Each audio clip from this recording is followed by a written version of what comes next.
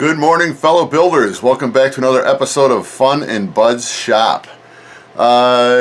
Before the actual video, before we start on this week's video, I just wanted to actually make a clarification. I inadvertently said that the Taylorcraft itself was actually powered by a Continental 190 horsepower engine. A friend of mine, Gino, from Taylorcraft Aviation, got in touch with me and said they actually never made an engine of that size. So both of us kind of went to work to find out exactly what was powering the aircraft. Where we kind of ended up at an agreement upon is that an individual pilot by the name of Dwayne Cole actually flew a Taylorcraft in competition way back in the day, and he actually ran a 150 horsepower motor, which when I did a little more research found out that Margaret Ritchie also had a 150 horsepower motor. The motor that Dwayne Cole used in his was a Lycoming 320, which is a 150 horsepower motor. So he actually used a Cub cowling on his plane just to actually have ample room for the actual spark plugs and the exhaust. How the exhaust was ported out. With Margaret's plane, they didn't do that. They just used the Taylorcraft cowling on it. So there's actually 4 little humps on the top of the cowling, and they actually pipe the exhaust out the side of the cowling. So that's all this part of the video is for, just for clarification on that, because you know, I don't mind being wrong, but when you find out that you're wrong, you need to correct it. So anyway, on with the video. Good morning, RC Airplane Hobby Geeks. This is actually weekend number 2 on the teardown, and I'm doing the repair on the 3rd scale Taylorcraft.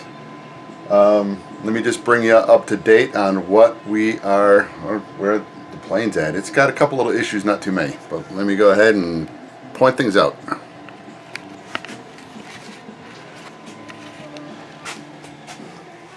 Alright, I think I may have brought up in the first video that the plane looks like it actually sustained some type of crash damage on the left hand side, which caused a banana effect on the fuselage, where it actually, when you looked at it from underneath or behind, the fuselage actually had a slight curve to it. Measured the curve to be about a 1/4 inch, and you can see once I got the covering off, I found out exactly where the damage was done to it and why it curved. And the job, although it would appear to be a major repair, it's really not too bad. This is going to be the weekend of getting the repairs done. I need to work on the fuse, so I'll get the fuselage done. The actual, see if I can get it a little bit better here on this side of the shop. The actual elevator itself was broken. It was where an actual, there it is. It was where an actual hinge joint went through the 3/8 round dowel, and that was on the same side as the crash. That's where the damage was done to the airplane. So that's just going to be a matter of running to the hardware store, because I don't have any 3/8 dowel. Just cut a piece. I'll probably scarf it in here in this little flat area and reinforce it, and then just go ahead and bring it back on this side. Probably bring it back to somewhere in this vicinity, and then just go ahead and put some gussets in the side just to stiffen this up where the scarf joint's going to be. So that I'll get on video for you as well. Getting back to the airplane, the fuselage, this piece here will actually be cut, and this will be the tool of choice. So I'm going to try to set up, this is going to be my first time trying it, do a fast motion video, so I can actually get a lot of work done. And of course I'll be zipping around on the screen faster than you'll ever see before or again, and just so that you get a good idea of exactly what I went through.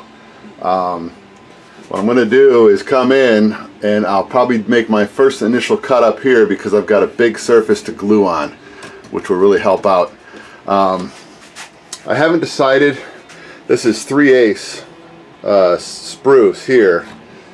He had actually put in 1/2 inch up here, and then I don't even know what the heck size this is. This is probably 1/2 by 1/2 by maybe 1/4 inch slab he threw in, and that's where the whole glue joint is bad, and that's where everything went wrong, because this piece of pine, it might be spruce, but it might just be pine as well, there's no flexibility to it, and so the fuselage, when it comes down, it comes out straight, and then you can kind of see right here, this is where the bend starts, and that's where the problem with the bending started from, because the fuselage itself was actually sprung that way, so it was actually sprung to the right, and when he fixed the plane, he didn't actually put it down on a building board or even just on a flat surface, measure it out to make sure that the tail was back where it needs to be.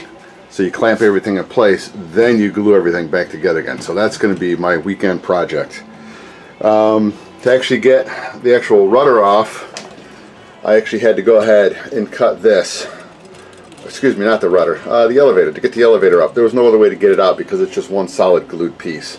I was thinking about possibly modifying that so that it could be taken apart. I would just, it'd be kind of complex to see if it could be done. I mean, I know I can do it. It's just to the point of, do I want to do it? Because what I'd have to do is go ahead, get another piece of 3/8 tubing. Get it away from the sander. Get a piece of 3/8 tubing. Let me get better light. There we go. And then I'd end up probably epoxying probably another piece of brass in the tube, so that what I can do would be to come inside and on the actual piece of rod here, I would just have it set up so I can cut like 1/3 of it away. I have a flat spot so you can slide it in and everything would join up and lock down, because once you pin the actual hinges back into place, the actual elevator halves can't come apart. So that will be that'll be an option. That way, if it comes time to do any kind of repair on this again, I won't have to cut everything apart just to get the elevator off. It'd be nice if I could just go ahead and just undo you know, 3 hinges and then just slide it out. So that will probably be another modification that I'll actually do to the plane before it gets recovered again. Up front in the fuse, I dropped down the fuel tank, and they had that buried up deep up underneath the front part of the fuselage. I may put it right back up inside the same spot, but I might go ahead, and I think I'm going to try to save and reuse the actual, hopefully you got pretty decent light on this one because the light in my shop's not that hot. I may make this so that I can take this panel off and just have a couple screws holding it in place. So if I need to get up into, to get the actual gas tank out again, I could just undo the screws and then just slide it out, because I had to tear a whole bunch of stuff out just to get it down, and don't like it a bit. So anyway, I did not have good coverage on the servos that were actually used inside this monster. These are Ace Atlas servos. In this day and age, if you actually built a plane of this size, you'd probably put servos in it that would range somewhere around the 200-inch ounce up to 400-inch ounce of torque on the tail.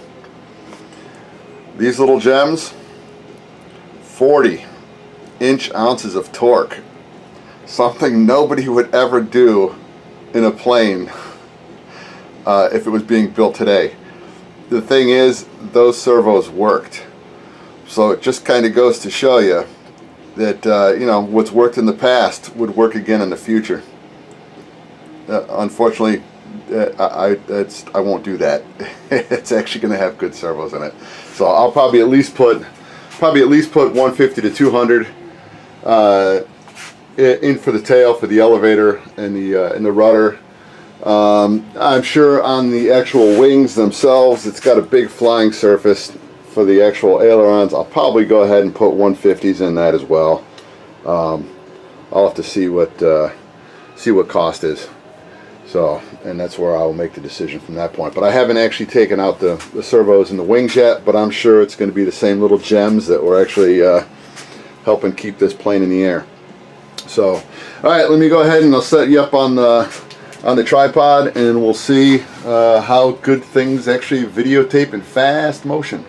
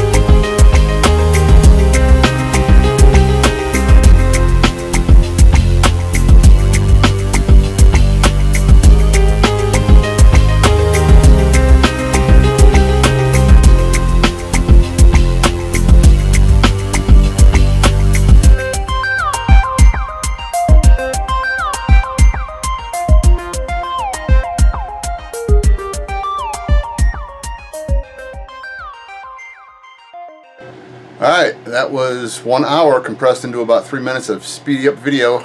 Let me show you exactly what I did. You probably saw me take the landing gear off first. That came off. It's got little issues with it. Not tremendously large issues, just a lot of little stuff. I've got to try to figure out how they're actually supposed to connect, because there's a section that looks like it's been I mean, this is probably from the crash anyway. But I gotta clean some of the paint off. It looks like there's a lot of bad brazing jobs in this. If you actually look at this side here compared to this side here, hence there's issues with the gear too. So I'm gonna have to do a tear down on this as well. Stuff I didn't want to get involved with this much stuff, but you know, you gotta do what you gotta do. So that'll be a fun project all in itself. You can actually see the whole. Let me hold this differently. The actual framework itself wasn't put together straight. So it was a lot of either that's from the accident, or that was just a sloppy braze job. So more work. Anyway, onto the plane.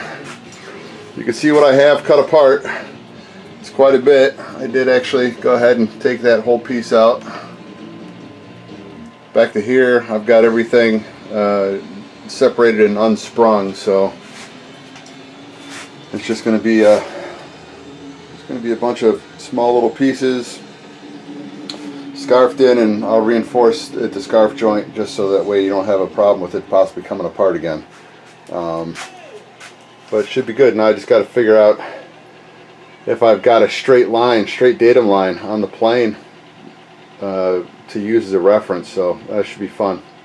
So anyway, I'll bring you back in when I've got everything set up. Alright, everything is set up. I've actually got, there's a little plate. Let's see if you can see that. Let me turn my little camera around so I can see it. Okay, so set it up. There's the actual mark on the board, and it's kind of hard to see it, but there is a mark on the bottom of the fuse. Once I slide that up against it, it's firmly up against it and everything's in line. And it should be 6 inches off.